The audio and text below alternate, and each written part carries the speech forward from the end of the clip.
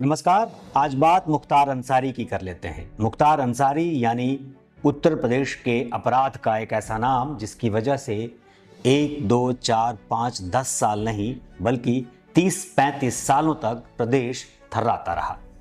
और जब मैं ये आपसे कह रहा हूं कि प्रदेश थर्राता रहा तो यकीन मानिए कि पूरा प्रदेश, आसपास के दूसरे प्रदेशों में भी बहुत सारे ऐसे इलाके थे जहां मुख्तार अंसारी के अपराध का दबदबा था। क्या मुख्तार अंसारी शुरू से अपराधी था? क्या मुख्तार अंसारी के परिवार में सब लोग अपराधी हैं? या कुछ ऐसी वजह, ऐसी परिस्थितियां बनी कि मुख्तार अंसारी ने अपराध की दुनिया में कदम रखा? जेल में मुख्तार अंसारी की मृत्यु हुई है, कार्डियक अरेस्ट कहा जा रहा है। पोस्टमार्टम 2.5 घंटे चला और उसके बाद को सुपुर्द खाक कर दिया गया। लेकिन मुख्तार अंसारी पर जब आप बात करेंगे तो बात बहुत दूर तक जाती है। मुख्तार के दादा मुख्तार अहमद अंसारी 1926 और 27 में भारतीय राष्ट्रीय कांग्रेस के अध्यक्ष रहे। मुख्तार के नाना 1948 में भारतीय फौज की तरफ से लड़े और उनको महावीर चक्र से सम्मानित किया गया। मुख्तार के पिता 1971 में नगरपालिका का निर्विरोध चुनाव जीत गए। अब आप सोचिए कि निर्विरोध चुनाव जीतना उस वक्त में, उस दौर में जाहिर सी बात है कि अपराध की बदौलत तो संभव नहीं था। तो जिस व्यक्ति का परिवार इस तरीके से देश के लिए काम करता रहा हो, देश में जिसकी राजनीतिक विरासत रही हो, इतना ही नहीं, इस देश में, भारत में सबसे ज्यादा लंबे समय तक उपराष्ट्रपति रहे हामिद अंसारी, वो उनके रिश्ते में चाचा लगते हैं। और उस परिवार से एक ऐसा व्यक्ति इतना दुर्दांत अपराधी बन गया और उसके अपराध की ऐसी सीमा कि जिसकी कोई सीमा नहीं। जेल में रहते हुए उस व्यक्ति ने इतनी हत्याएं करवाई कि जिसके सबके आरोप लगे। 2 बार की उम्र कैद की सजा मुख्तार को ही और पिछले 19 साल से मुख्तार जेल में था।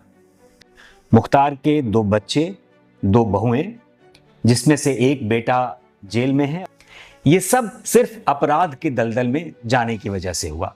उस दौर के पुलिस अधिकारी या उस दौर के जेलर्स ये बताते हैं कि किस तरीके से मुख्तार ने जेल से अपना साम्राज्य चलाया और दबदबा ऐसा कि आप सिर्फ सिनेमा में सोच सकते हैं कि जेल में किसी व्यक्ति के लिए स्विमिंग पूल बना दिया जाए, यानी तालाब खुदवा दिया जाए। जेल में किसी अपराधी के लिए बैडमिंटन का कोर्ट बना दिया जाए। अब आप समझिए कि वो दबदबा कैसा रहा होगा। इतना ही नहीं, जब जेल से बाहर था मुख्तार तो अक्सर ये खबरें आती थीं, कुछ तस्वीरें वायरल हुई। उस जमाने में टेलीविजन का दौर नहीं था, सोशल मीडिया का दौर नहीं था, तो कुछ तस्वीरें छपती थी, अखबारों में छप गई, किसी पत्रिका में छप गई, फिर वहां से लोगों तक पहुंचती थी कि वो जीप की बोनट पर असलहे लेकर वो व्यक्ति बैठा होता था। यानी उस समय के अत्याधुनिक हथियारों के साथ वो जीप के बोनट पर बैठकर, और उसके पीछे 40, 50, 100, 200 की गाड़ियां चलती थीं, वो काफिला चलता था और अपराध की दुनिया में उसने इस कदर अपना वर्चस्व बनाया। अब अपराध क्या किया? तो जितने अपराध आप सोच सकते हैं, लगभग वो सभी अपराधों की धाराएं पिछले कुछ सालों में 50-55 से ज्यादा केसेस जब मुख्तार पर हुए तो सारे अपराधों की धाराएं मुख्तार पर लगी हैं। हत्या, लूट, अपहरण, जबरन वसूली, कब्जा, जमीन पर कब्जा, और यहां तक कि आपको मैं बताऊं कि जब तनातनी शुरू हुई गोरखपुर में, गोरखनाथ मठ के महंत जो अभी उत्तर प्रदेश के मुख्यमंत्री हैं योगी आदित्यनाथ, उनके साथ जब मुख्तार की तनातनी शुरू हुई तो मुख्तार ने उन पर भी हमला करवाया। यानी कि, और ये बयान खुद योगी आदित्यनाथ ने दिया, जब वो एक काफिले में कहीं जा रहे थे तो उस काफिले पे हमला हुआ, मऊ जैसे इलाके में दंगे हुए, और इन सारी परिस्थितियों में फिर डर बैठना कब शुरू हुआ मुख्तार को डर लगना शुरू हुआ 2018 में, जब उसके सबसे एक खास कारिंदे मुन्ना बजरंगी की जेल में हत्या हो गई।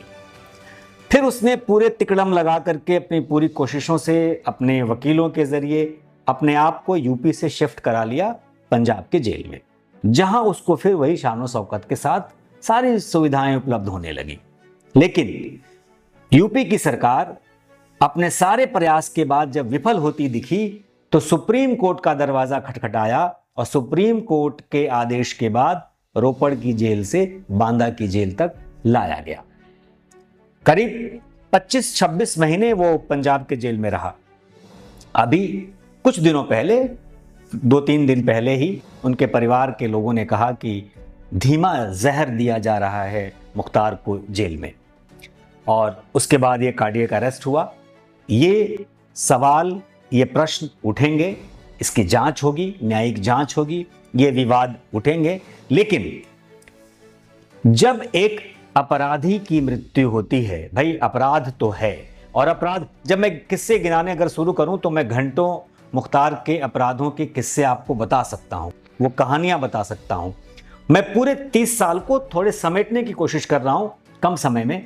तो मैं आपको ये बताऊं कि मुख्तार के अपराध की वजह से और उस आदमी के दबदबे की वजह से राजनीतिक पार्टियों ने ऐसे घुटने टेके मुख्तार के आगे कि आज भी मुख्तार की मृत्यु के बाद बहुत सारे राजनीतिक दल के नेता उस व्यक्ति को ऐसे श्रद्धांजलि दे रहे हैं कि जैसे लगता हो इस देश में कोई एक बड़ा नेता मर गया हो, जैसे लगता हो कि उनके दादाजी की मृत्यु हो गई हो या उनके नाना ब्रिगेडियर उस्मान की मृत्यु हो गई हो। तो दरअसल ये वो डर अभी भी कायम है। हालांकि मुख्तार के बड़े भाई अफजाल अंसारी सांसद का चुनाव जीत चुके हैं, 2 बार, 5 बार विधायक रहे हैं, अभी भी फिर वो चुनाव जीत रहे हैं, चुनाव की तैयारी में हैं, चुनाव लड़ रहे हैं। लेकिन परिस्थितियां ऐसी बनी हुई हैं कि सिर्फ मुख्तार की वजह से उस पूरे परिवार पर एक दाग लगा है, और वो दाग इतनी आसानी से नहीं हटने वाला, नहीं छूटने वाला, क्योंकि अपराध तो अपराध है। और ईश्वर मुख्तार की आत्मा को शांति दे। लेकिन किसी अपराधी की तारीफ में जब कोई कसीदे करता है तब लगता है कि शायद ये वक्त है कि उस अपराधी की अपराध की चर्चा भी करनी चाहिए। कृष्णानंद राय अगर लोगों को नहीं याद हो तो मैं बताऊं, जब मुख्तार की लड़ाई शुरू हुई ब्रजेश सिंह से, पहले साथ काम करते थे, अलग हुए, 2 गुट बने। ब्रजेश सिंह ने कृष्णानंद राय को सपोर्ट किया, राय ने मुख्तार के भाई को चुनाव में हरा दिया, और मुख्तार के लोगों ने कृष्णानंद राय की गाड़ी पर, बुलेट प्रूफ गाड़ी पर 500 गोलियां चलाई। जब उस कृष्णानंद राय जो विधायक थे, जब उनका पोस्टमार्टम हुआ तो शरीर से 77 गोलियां निकाली गई। अब आप सोचिए कि किस किस्म से उस व्यक्ति की हत्या हुई, और पूरी साजिश के तहत हत्या से कुछ दिन पहले अपनी जमानत रद्द करा करके मुख्तार जेल में चला गया।